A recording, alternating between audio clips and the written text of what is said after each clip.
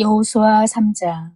또 여호수아가 아침에 일찍이 일어나서 그와 모든 이스라엘 자손들과 더불어 시팀에서 떠나 요단에 이르러 건너가기 전에 거기서 유숙하니라.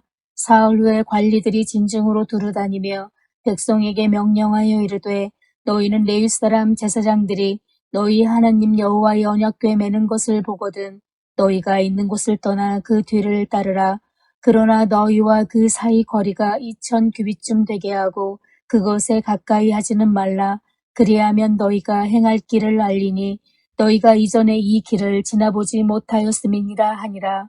여호수아가 또 백성에게 이르되 너희는 자신을 성결하게 하라. 여호와께서 내일 너희 가운데에 기이한 일들을 행하시리라. 여호수아가 또 제사장들에게 말하여 이르되 언약궤를 메고 백성에 앞서 건너라 하매 곧 언약궤를 메고 백성에 앞서 나아가니라. 여호와께서 여호수아에게 이르시되 내가 오늘부터 시작하여 너를 온 이스라엘의 목전에서 크게 하여 내가 모세와 함께 있었던 것 같이 너와 함께 있는 것을 그들이 알게 하리라. 너는 언약궤를 맨 제사장들에게 명령하여 이르기를 너희가 요단 물가에 이르거든 요단에 들어서라 하라.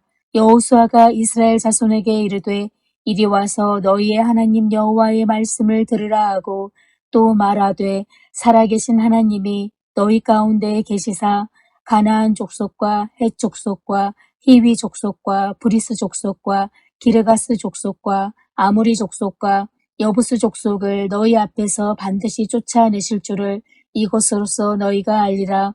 보라, 온 땅의 주의 언약궤가 너희 앞에서 요단을 건너가나니 이제 이스라엘 지파 중에서 각 지파에 한 사람씩 12명을 택하라. 온 땅의 주 여호와의 궤를 맨 제사장들의 발바닥이 요단 물을 밟고 멈추면 요단 물 곧 위에서부터 흘러내리던 물이 끊어지고 한 곳에 쌓여 서리라. 백성이 요단을 건너려고 자기들의 장막을 떠날 때에 제사장들은 언약궤를 메고 백성 앞에서 나아가니라. 요단이 곡식 거두는 시기에는 항상 언덕에 넘치더라. 궤를 맨 자들이 요단에 이르며 궤를 맨 제사장들의 발이 물가에 잠기자 곧 위에서부터 흘러내리던 물이 그쳐서 사르단에 가까운 매우 멀리 있는 아담 성읍 변두리에 일어나 한 곳에 쌓이고 아라바의 바다 여매로 향하여 흘러가는 물은 온전히 끊어짐에 백성이 여리고 앞으로 바로 건널세 여호와의 언약궤를 맨 제사장들은 요단 가운데 마른 땅에 굳게 섰고 그 모든 백성이 요단을 건너기를 마칠 때까지 모든 이스라엘은 그 마른 땅으로 건너갔더라. 아멘. 사랑하는 성도 여러분, 구독자 여러분, 말씀과 기도로 시작하는 좋은 아침입니다. 오늘 또 하나님 주신 말씀으로 기도로 복되고 기쁜 날 되시기를 주님의 이름으로 축원합니다. 아침에 뉴스를 보니까 울릉도 공항 이야기가 나오더라고요. 울릉도 공항이 28년도 개항 예정인데 이란 전쟁이 큰 변수가 되고 있다는 그러한 내용이었습니다. 한 달에 울릉도 공항 공사를 하는데 모든 중장비가 가동되는데 쓰이는 기름이 27만 리터가 사용된다고 합니다. 그런데 기름값이 올라서 그 한 달에 쓰는 기름값만 1억 이상이 올랐다고 그래요. 여기에다가 건설 원자재 값이 올라서 고유가 직격탄을 맞아서 개항에 어려움이 생길 것 같다는 그러한 기사 내용이었습니다. 그나마 다행인 것은 6개월치를 미리 대비해 놓은 상태라 아직까진 그래도 여유가 있다고는 하지만 전쟁이라고 하는 것이 언제 끝날지 모르잖아요. 그래서 걱정이 이만저만 아니라고 합니다. 그런데 이제 인터뷰하는 그 시민들, 그 지역민들 이야기가 나오는데 마치 공항만 개항이 되면 울릉도 관광이 자동적으로 회복이 되고 교통편이 좋아지기 때문에 경제가 활성화될 것이라고 막 그렇게 기대를 하더라고요. 저도 울릉도 다녀왔고 독도까지 다녀왔지만 그렇게 잘 되기를 바라고 그런 바람대로 된다면이야 얼마나 좋겠어요. 하지만 신공항이 지어지고 교통편만 좋아진다고 해서 자동적으로 관광 산업이 활성화되고 죽었던 지역 경제가 회복되는 것은 또 아닙니다. 불친절, 바가지 요금, 이런 것들이 개선되지 않으면 아무리 신공항이 생기고 화려한 비행기가 떴다 앉았다 하더라도 울릉도의 미래는 밝지만은 않을 것입니다. 그러니까 울릉도가 살아나려면 외부의 문제보다 내부의 문제 개선이나 지역민들에게 전적으로 달려있다, 그렇게 이야기할 수 있다는 겁니다. 이것은 교회도 마찬가지입니다. 예를 들어서 우리 교회 옆에 아파트 단지가 들어서기 때문에 몇 년 안 가면 우리 교회는 사람들로 가득 찰 것이다. 우리 교회는 건물도 좋고 에어컨도 빵빵하고 겨울에는 따뜻하고 카페도 있고 어린이가 뛰어놀 수 있는 편익시설 등 모든 시설들이 완벽하게 갖추어져 있어서 거기다 주차장까지 넓어서 아파트만 들어서면 자동적으로 사람들이 등록하게 될 것이다. 부흥하게 될 것이다. 물론 누구보다 목사인 저는 그런 날이 오기를 꿈꾸며 기도하고 있지만 현실은 생각보다 굉장히 냉정합니다.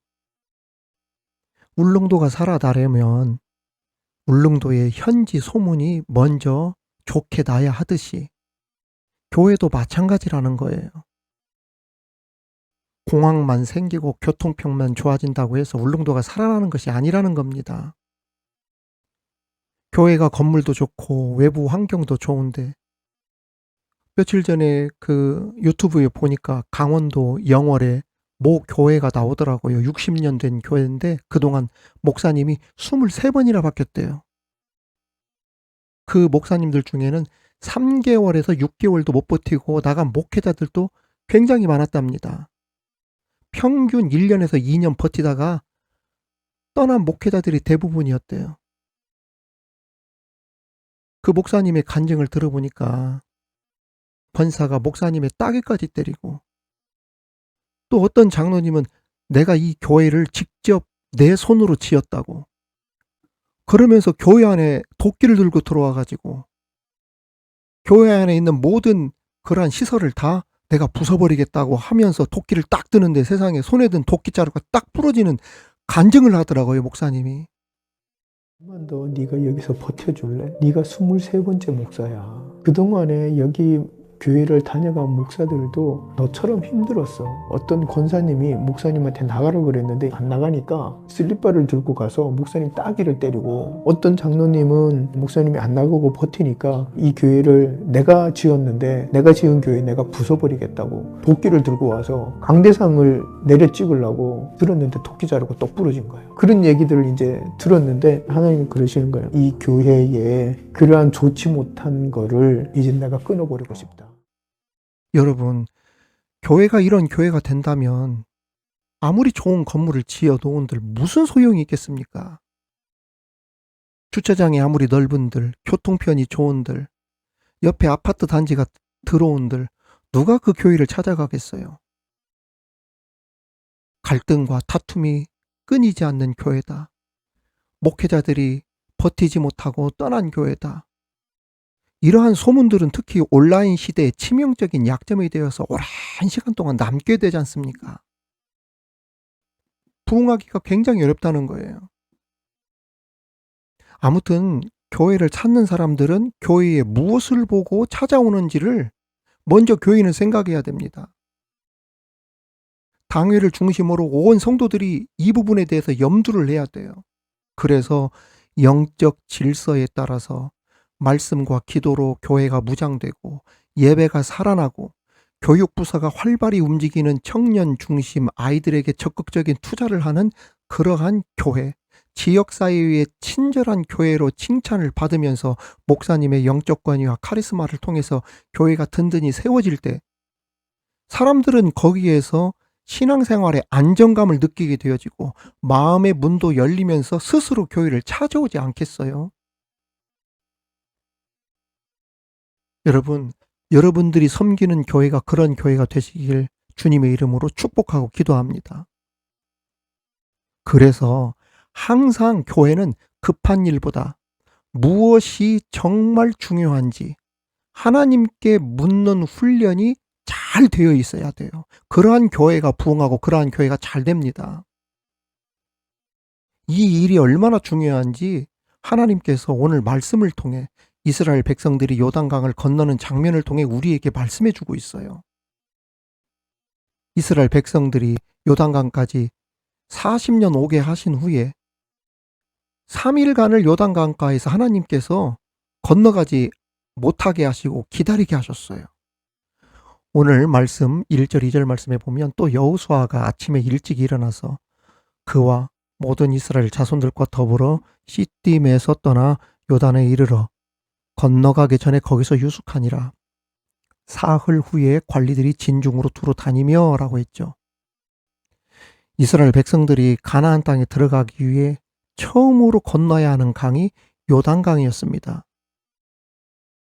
보통 이스라엘은 강물이 마르는 건천이 되면 강 너비가 이게 짧아진다고 합니다. 그러니까 우리가 생각하는 한강을 떠올리면 안 된다는 말이에요. 제가 LA에 살면서 깜짝 놀랐던 게 뭐냐면 로스앤젤레스 리버가 있거든요. 이게 로스앤젤레스 강이 있는데 그 강이 얼마나 작은지 세상 몇 발짝이면 건너갈 정도로. 이게 LA는 사막에 세워진 도시지 않습니까? 그러다 보니까 물이 없어요. 물론 요단강은 그 정도까지는 아니지만 건천이 되어지면 몇 발이면 건널 수 있는 곳이 태반이었습니다. 그러나 요단강이 항상 건천이지는 않습니다.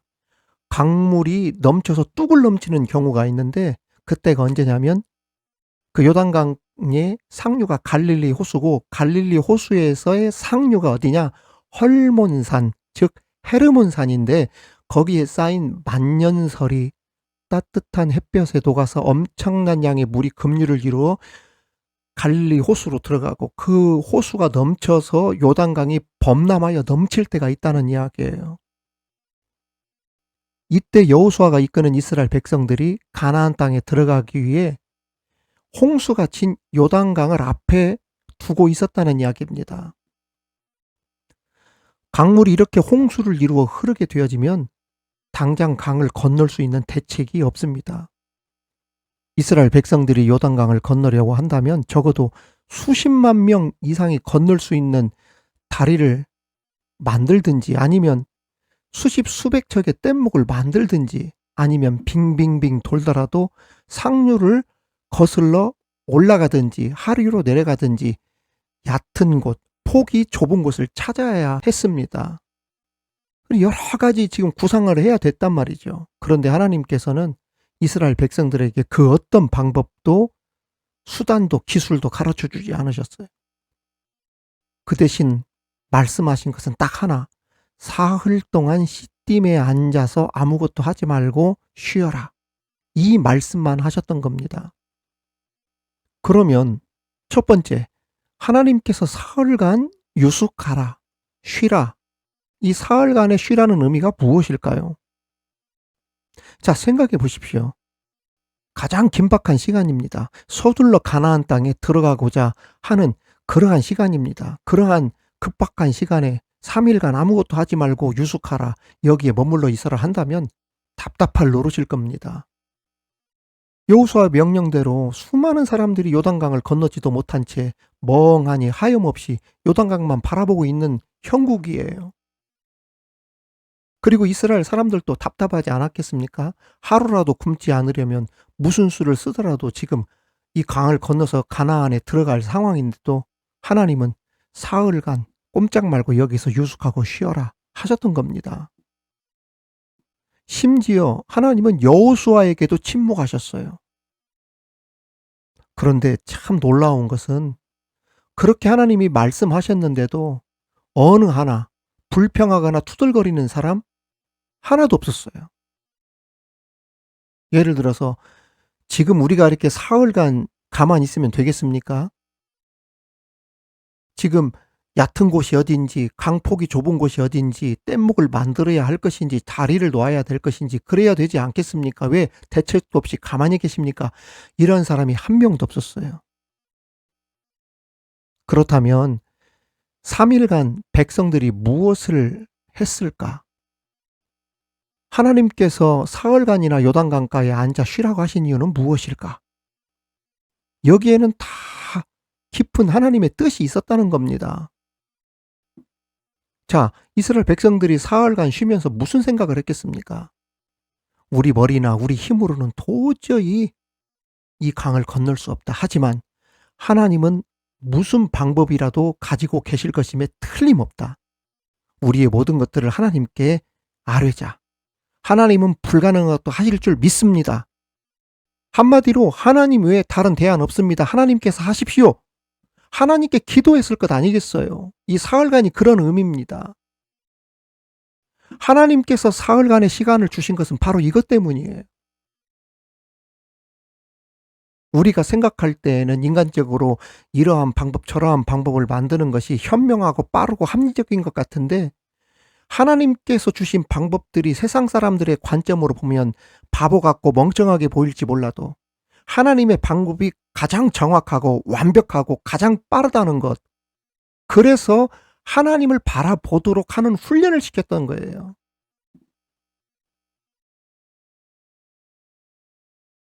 즉 이스라엘 백성들이 기다린 3일은 하나님을 기다리는 시간이었던 겁니다. 그렇습니다. 우리도 때때로 이 세상을 살면서 하나님을 기다려야 할 때가 있다는 거예요. 하나님은 우리를 위해, 나를 위해 어떤 방법을 준비해 놓고 계실까? 바로 이렇게 하나님을 바라보고 하나님이 행하실 일들을 기대하면서 하나님의 방법들을 우리가 구하고 하나님께 매어 달리는 것, 이러한 마음을 가지라는 거예요. 그렇습니다, 여러분. 여러분들에게도 요단강과 같은 그러한 문제를 만날 때가 있을 거예요. 영적인 문제, 사업의 문제, 신앙의 문제, 인간관계의 문제, 자녀의 문제, 수많은 문제들이 건너지 못하는 요단강과 같이 내 앞을 딱 가로막을 때가 있다는 거죠. 그런 일을 만나면 무엇인가 쫓기듯 급하게 빨리 해결하고자 하는 그러한 욕구가 앞서지만, 그런 때일수록 먼저 잠시 멈추어서 묵상하고 하나님께 기도하는 습관을 가지라는 겁니다. 하나님, 지금 내가 풀어야 할 문제들이 이렇게 앞을 가로막고 있는데 내가 이 문제를 두고 어떻게 해야 할지 막막하기도 하고, 내가 또 여기에서 어떤 것을 선택해야 될지 결정을 내리지도 못하고 있는 이러한 상태입니다. 그러나 하나님께서는 그 어떤 방법이라도 가지고 계실 줄 믿습니다. 하나님께서 이끄시고 풀어가시고 해결해 주실 것을 기대하며 기도합니다. 이렇게 먼저 하나님을 찾으라는 거예요. 그래야 요단강물이 멈춰선 것처럼 막힌 곳도 뚫리고 내려오던 문제들도 멈추게 되는 역사가 일어나게 되는 것입니다. 어떤 일을 선택하고 결정할 때뿐 아니라 모든 일에 먼저 하나님을 묵상하고 하나님의 하실 일을 기대하며 나갈 수 있는 저와 여러분이 되시기를 주님의 이름으로 축원합니다. 두 번째는 언약궤를 따라가라고 하셨어요. 언약궤를 따라가라. 3절 말씀에 보면 백성에게 명령하여 이르되 너희는 레위 사람 제사장들이 너희 하나님 여호와의 언약궤 매는 것을 보거든 너희가 있는 곳을 떠나 그 뒤를 따르라 라고 하였습니다. 그렇습니다. 사흘간이나 쉬고 있었던 여호수아와 백성들을 향하여 하나님께서 1000마디 말씀을 하셨는데 그 1000마디가 다름 아닌 언약궤, 곧 하나님의 법궤를 따라 진행하라, 이 명령이었어요. 사람들은 인간적으로 어떤 기대를 했었겠죠. 가나안 땅에 들어가는 구체적인 방법이나 기술, 뗏목을 만드는 법, 얕은 강바닥이 어딘지를 알려주시거나 강을 건너기 직전에 날씨가 가장 좋은 날을 잡아주신다든지. 그러나 하나님이 가르쳐 주신 방법은 여호와의 언약궤를 따라가라, 이 말씀이었어요. 이것은 철저하게 하나님의 말씀을 앞세우고 말씀을 따라가라는 것을 의미합니다. 그런 그들이 놀라운 기적을 체험하게 되어지죠. 홍수가 나서 내려오던 큰 물줄기가 제자리에서 딱 서는 역사를 체험하게 된 겁니다. 어느 누가 내려오던 큰 강물이 하나님의 법궤가 서 있는 곳에서 멈출 줄 알았겠습니까? 이처럼 하나님은 우리 사람들이 상상도 못하시는 방법으로 우리의 문제를 해결해 주신다는 것을 믿으시기 바랍니다. 여러분, 다른 거 따라가지 마십시오. 말씀을 따라가십시오. 말씀을 따라가게 되어지면 승리하게 되어지고 기적을 체험하는 은혜를 입을 줄 믿습니다. 마지막으로는 제사장들을 가장 앞에서 행진하겠습니다. 보통 어떤 나라에 다른 나라 사람들이 들어갈 때 그 대통령이나 어떠한 지도자보다 외교관, 외교 사절단들이 먼저 들어갑니다. 뭐 대기업 수장이라든지 뭐 군인 지도부라든지 이런 사람들이 들어가죠. 그런데 하나님은 이스라엘 백성들이 가나안 땅으로 진군하는데 가장 먼저 누가 먼저 들어가도록 했다. 제사장들이 먼저 들어가게 했어요. 하나님의 종들이 먼저 들어가게 했어요.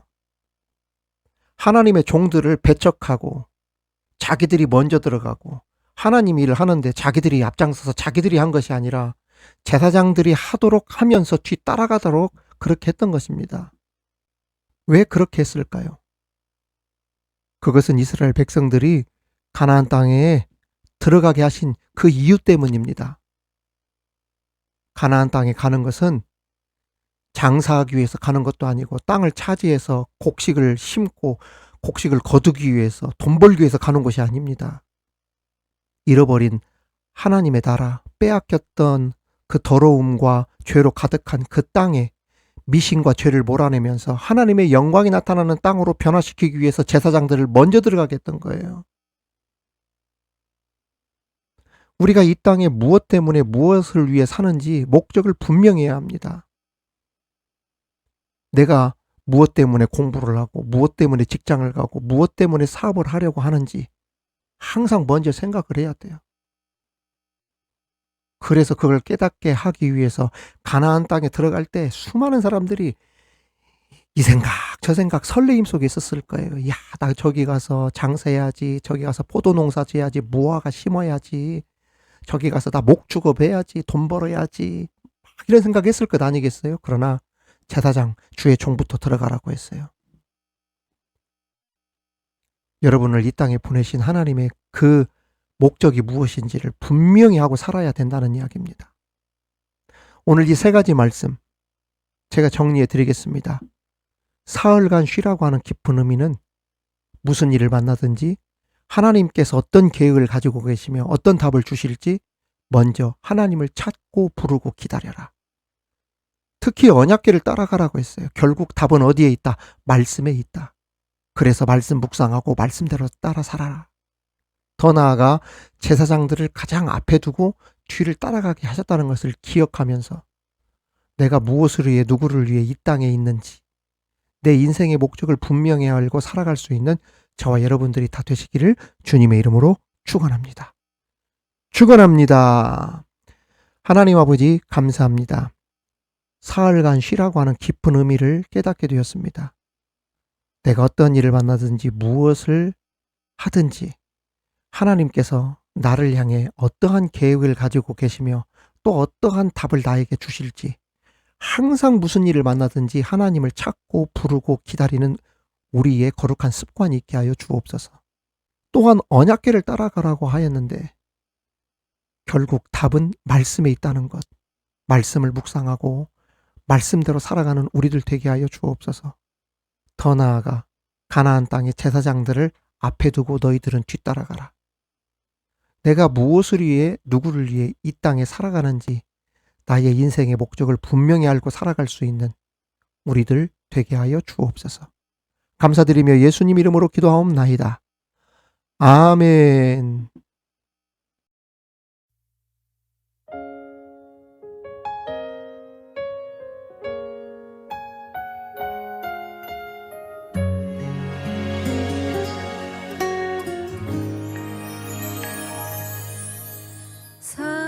사람이 넘치기보다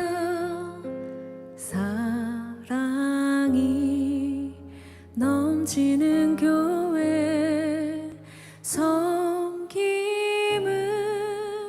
원하기보다 섬김의 기쁨 알아가는 교회 세상이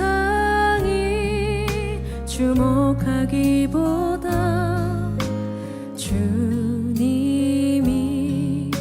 주목하는 교회, 화려한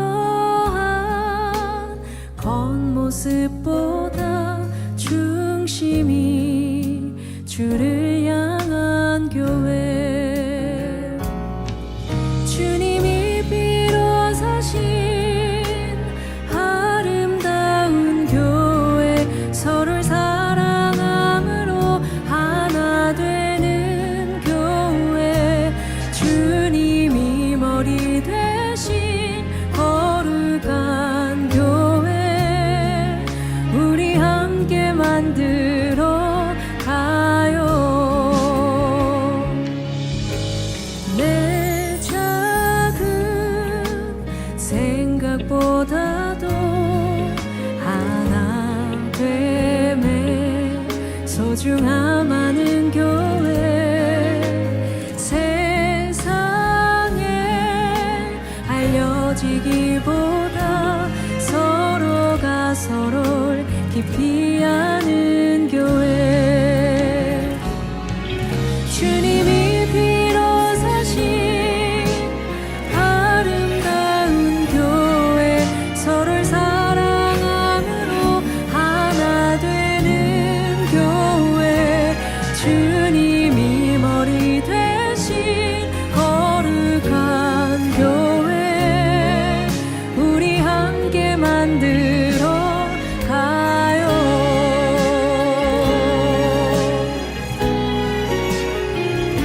혹시라도 아시는 분 계시다면 우리 함께 노래했으면 좋겠습니다.